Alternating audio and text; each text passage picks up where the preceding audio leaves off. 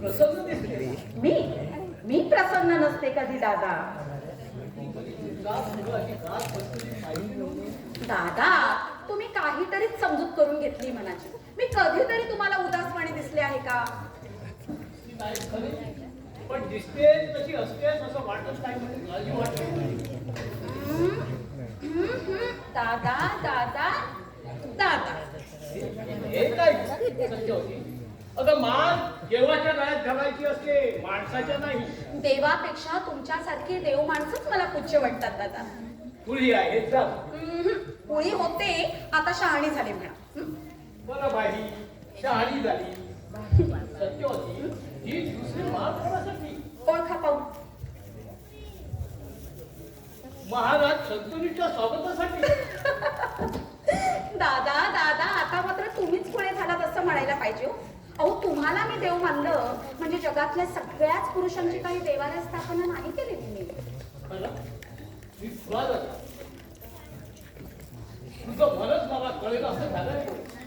न कळण्यासारखं माझ्या मनात असे आता काही उरलेलंच नाही दादा. अहो हिमाळ गंगा पैसा या मुलीला सद्बुद्धी दे म्हणून मी गंगाईची रोज प्रार्थना करत असतो. खरंच?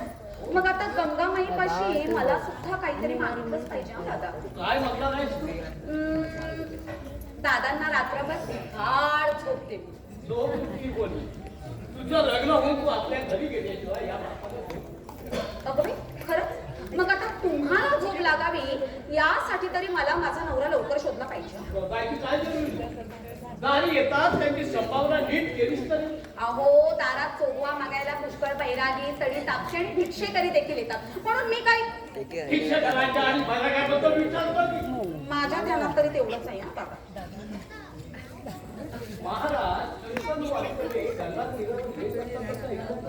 खरा महाराज गंगा दर्शनाला पुष्कळ वेळा येतात. गंगा दर्शन महाराजांना भक्तीचा उन्हाळा कधीपासून आला? आता पुन्हा महाराज भेटले ना म्हणजे विचारून तर ना तुमचा हा प्रश्न. विचारायची काही गरज नाही. महाराज तुझ्या भेटीसाठी इथे धडपडत येतात. ते या गोळीवाड्यातल्या पोळाचं फोन देखील नाही. मग तुझा काय विचार आहे? माझा छे बाई माझा काही विचार नाही. म्हणजे मी नाही समज सांभाळणार तू नका द्यायला. इतकी घाई काय? मागणी आल्यावर शांतपणाने विचार करता येईल. हा विचार त्यात विचार करता करायचं कोणी?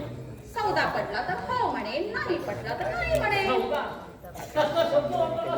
खरा आहे तो वापरला. नाहीतर काय धर्मार्थ नौका चालवीत होते तशी काय धर्मार्थ लग्नाला उठलो.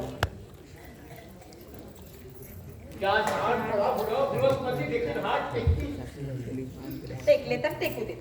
पण दादा या पुढे धर्मार्थाच्या सगळ्या गोष्टी बंद. खरंच बरं काही आठवलं दादा. परवापासून तुमच्या पंडितजींच्या नौकेतून 5-6 फेऱ्या झाल्या पण त्यांनी हातावर एक कवडी देखील ठेवलेली नाही. तेव्हा त्यांना देता स्पष्ट सांगा. द्रव्याचं काय घेऊन बसली असते? पंडितजी आपलं एवढं काम साधण्यासाठी कष्ट घेतात. हे पहा दादा माझं कुणाकडे कसलंही काम नाही. माझ्या श्रमाचं मूल्य मला मिळालंच पाहिजे. बरं मुली त्यांनी पैसे दिले नाही तर मी देईन. ते तुमचं तुम्ही पहा. उद्या सम्राट तुझ्या नौकेत बसले तर त्यांच्याजवळ देखील पैसे मागतील. मागशील म्हणजे काय? मागेनच आणि मागितले देखील होते. सम्राटांकडून पैसे मागितले. तुमच्या सम्राटांना आली एकदा नौका नयनाची लहर. तेव्हा त्यांनी मला आपल्या गळ्यातील कंठा देऊन दिला.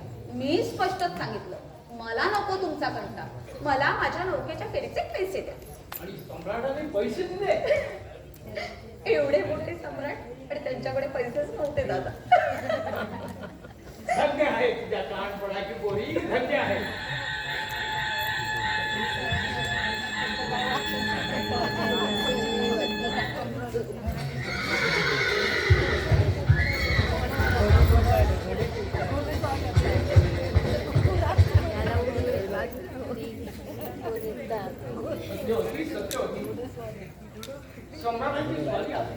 आली असेल तर येऊ देत. तुम्ही एवढे का घाबरे घुबरे झाला? त्या त्या पडवीत मृगाजीन टाका बसतील महाराष्ट्रीत. अहो आता त्या दिवसात तू उठून वडवीत बसती आणि महाराजांना पारावर जागा करून दिसतं काय बिघडेल का? तुमचा जाग्रह असेल तर कुठेच हे पहा, महाराज आहे बरोबर बरोबर चंडोलही दिसतात. त्या चंडोलांना माझ्या पैशाचं सांगायला विसरू नका बरं का दादा. योगी तुला काल वेळ काही समजते की नाही? दादा या सत्यवतीला फक्त सौदा समजतो. यावेळी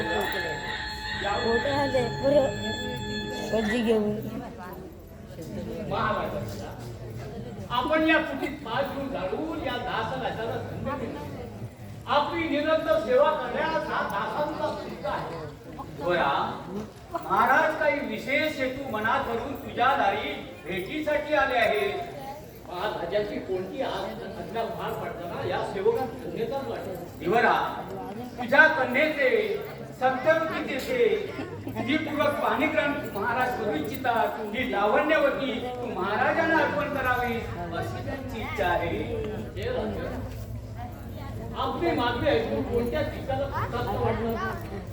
सत्यवतीच्या जन्माकाळी ती योग्य वर्णात देईल अशी तिच्या मातेपाशी मी शपथ घेतली.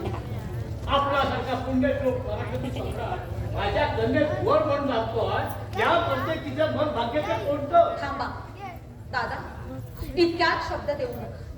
दादा सम्राटांना सांगा की सत्यवती त्यांना एका प्रतिज्ञेवरच प्राप्त होईल. महाराज, दिवरा तुझ्या कन्येला सांग सम्राट शंतनू कोणतीही प्रतिज्ञा करेल सर्व सुखावी यासाठी त्यासाठी विधानजली पण घेतील. पण दिवरा दादा सम्राटांना सांगा स्वतःच्या लौकिकाची सत्यवतीला या काळी मात्र काळजी वाटत नाही. कारण राज्याभिषेकानंतर जो पुत्र माझ्या जन्माला पोटी येईल तोच युवराज व्हावा आणि त्यालाच पुढे राज्याभिषेक व्हावा हीच माझी मागणी आहे. युवराज देवराज जिवंत असताना विद्यागुणाने आणि शौर्याने ते युवराज पदाला पात्र असताना तुझ्या या कन्येची मागणी मला कशी पुरवता येईल? तुझ्या कन्येला सांग एवढी एक गोष्ट सोडून महाराजांकडे दुसरा कोणताही वर माग. सत्यवती मला वाटतं असा हट्टी धंदा दादा या व्यवहारात माझाच शब्द खरा पडा. दादा सम्राटांना सांगा सत्यवतीची इच्छा पुरी करणं त्यांना शक्य नसेल तर सत्यवती त्यांना वरणार नाही. सत्यवती सम्राटांना माझा विषय सांगितलात का दादा? महाराज, तुझ्या कन्येच्या ठाई माझा किती जीव चढला आहे ते मला व्यक्त करून दाखवता येत नाही. पण एक धर्मज्ञ राजा म्हणून माझ्या कर्तव्याची मला जाणीव होतीच पाहिजे. आणि विवाह ठरविताना मलाही माझ्या हितसंबंधांना जोखलंच पाहिजे. महाराज, माझ्या कन्येवर असं धाकावू नका. नाही दिवरा नाही तिच्या विश्वास फक्त एक अनुरागच समोर माझ्या प्रार्थनाचा संसार सुटमध्ये कन्या काय करतो संसार कनसे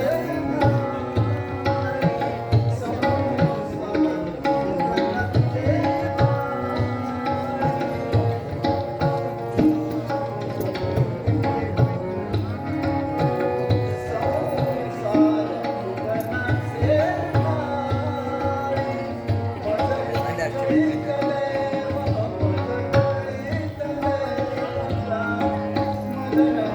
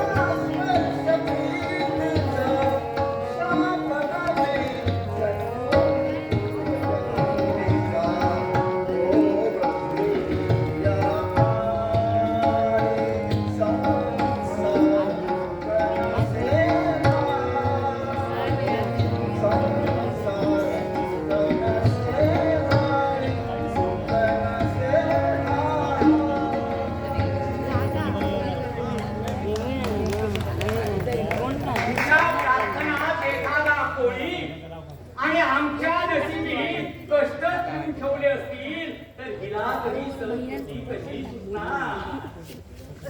ही सत्य होती. काय केलंस हे तू? काही वाईट केलं नाही मी दादा. माझ्या सगळ्या आकांक्षा बळीला मिळल्या. असली विचित्र घालून काय साधलं पोरी? तू काय साधलं? काय साधना सौदा, विवाहाचा सौदा. नाहीतरी आयुष्यात हे असलेच सौदे पटवायचे असतात नाही का दादा? सौदा कसला पोरी? सत्यनाश केला. दैवानं तुझ्या पायापाशी सम्राटी पण आणू दिलं. कारण ते पानानं तू त्या पदावर लाथ मारली. दादा दादा, जन्मभर तुम्ही कोळ्याचा धंदा केला, पण मासे गळाला कसे फसतात हे तुम्ही अद्यापही ओळखलेलं दिसत नाही. म्हणजे काय म्हणतेस पोरी? दादा, गळाला लागलेला मासा कितीही धडपडला, कितीही तडफडला, तरी त्याची जागा अखेर कोळ्यांच्या टोपलीतच राहणार. माझी अट मान्य करून सम्राट माझ्या पायांशी आलेच पाहिजे. सम्राट निश्चय आहे आणि होय होय होय, सम्राट निश्चयी आहेत, धर्मज्ञ आहेत आणि व्रतस्थ देखील आहेत, पण तरी देखील ते पुरुषच आहेत, होय ना? आणि ते निश्चयी असले तरी मी देखील तितकीच हट्टी आहे. गळ हातात घेऊन घट्ट पाय रोवून मी देखील उभी आहे. माझ्या गळाला लागलेला हा मासा किती वेळ धडपडतो तडफडतो तेच मला बघायचं आहे. सत्य होती. दादा, माझे शब्द ऐकून घे. माझ्या विवाहाची तुम्ही मुळीच चिंता करू नका. सम्राट माझ्या अटी करून माझ्या पायांशीच, माझ्या अटी मान्य करून माझ्या पायांशी आलेच पाहिजे. सत्य होती. तुझ्या हट्टापायी युवराज देवव्रतावर केवढा अन्याय घडणार आहे. त्यांच्या मनाची स्थिती काय घडणार आहे त्याचा विचार करण्याची मना गरज नाही. युवराज देवव्रत सुबुद्ध आहेत, चतुर आहेत, राजकारण कुशल आहेत आणि सत्ताधारी देखील आहेत. आपलं सगळं बळ पणाला लावून त्यांनी पित्याचं मन खुशाल वळवावं. पित्याचं मन वळवायला त्यांना कोणी आडकाठी केली आहे थोडी. पण मुली सत्यवतीवर अन्याय घडला तेव्हा कोणा पुरुषाच्या अंतःकरणाला पाझर फुटला होता.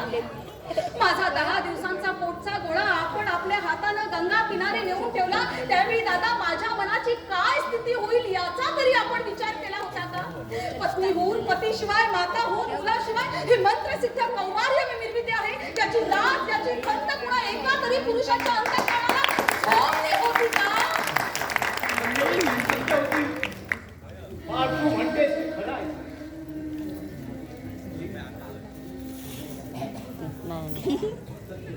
बस पुरे, अगदी योग्य शब्द वापरला दादा. तुम्ही जे जे केलं ते केवळ माझ्याच हिताच्या दृष्टीने दादा.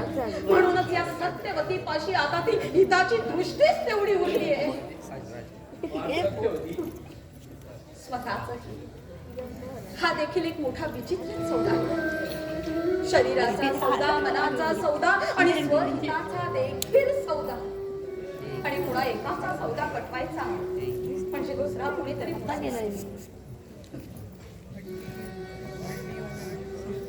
सम्राट पद हाती राखण्यासाठी आपला युवराज देवव्रतांनी आपला सवाल हीच नीती आणि हीच